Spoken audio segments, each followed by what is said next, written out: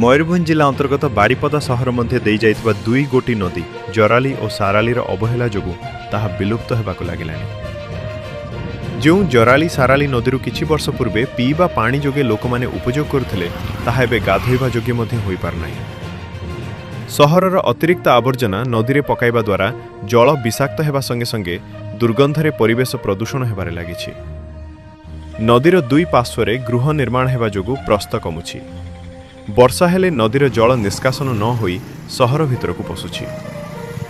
या प्रति सरकार दृष्टि देबाकु साधारण रे चर्चा आलोचना होछि।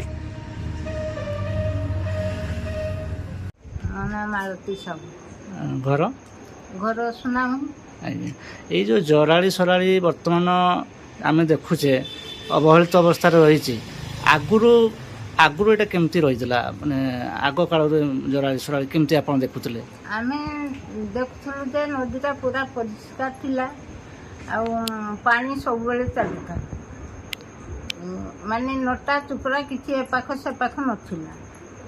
एबे नटा चुपड़ा हे गलानी आगुरु लोक गाधौथले एबे आ गाधौ नांती से पानी व्यवहार करना जेत सब बेले नटा चुपड़ा हेकि रहउची।